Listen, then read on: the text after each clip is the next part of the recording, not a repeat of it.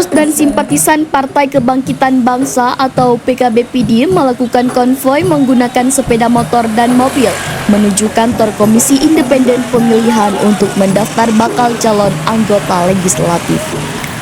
Rombongan bergerak dari kantor Dewan Pimpinan Cabang PKB-PD pada Sabtu siang sekira pukul 14 waktu Indonesia Barat. Kemudian pengurus dan simpatisan PKB melakukan konvoi keliling kota Sigli diiringi dengan zikir hadrah hingga finish di kantor KIP-PD.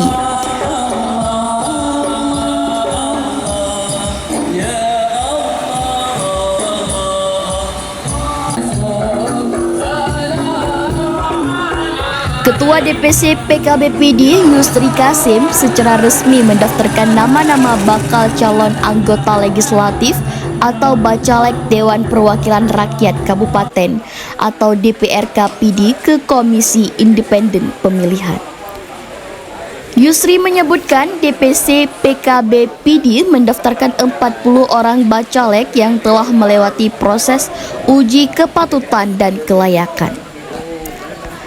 Dari 40 caleg tersebut, PKB-PD mendaftar 10 caleg perempuan dari 5 daerah pemilihan atau dapil yang ada di Kabupaten PD. Yusri juga memastikan para bacalek yang bertarung pada pemilu legislatif 2024 mendatang memiliki akselerasi terhadap program-program kerakyatan. Menurut Yusri, dari komposisi bacalek yang didaftar ke KIP-PD terlihat animo dukungan masyarakat kepada PKB sangat loyal. Bicara persaingan, saya pikir di setiap pemilu itu pasti ketat.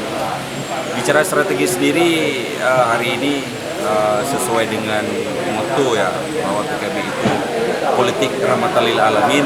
Kita hari ini konsennya lebih ke pondok-pondok pesantren dan para pemilih-pemilih milenial. Insya Allah, kalau bicara setiap dapil, kita sudah sangat siap untuk mengambil satu kursi di setiap dapil. Insya Allah akan terpenuhi. Pihaknya optimis mampu meraih satu fraksi penuh di DPRK PD pada pemilu 2024. Namun meski demikian, para pengurus dan simpatisan harus kerja keras untuk meraih kemenangan nantinya. Sementara itu, Yusri Kasim yang saat ini sebagai nahkoda PKB-PD telah mempersiapkan diri pada pemilu 2024 untuk bertarung di level tingkat provinsi, maju sebagai calon DPR Aceh dari Dapil 2 PD dan PD Jaya. Dari Kabupaten PD, Rudi Loka melaporkan.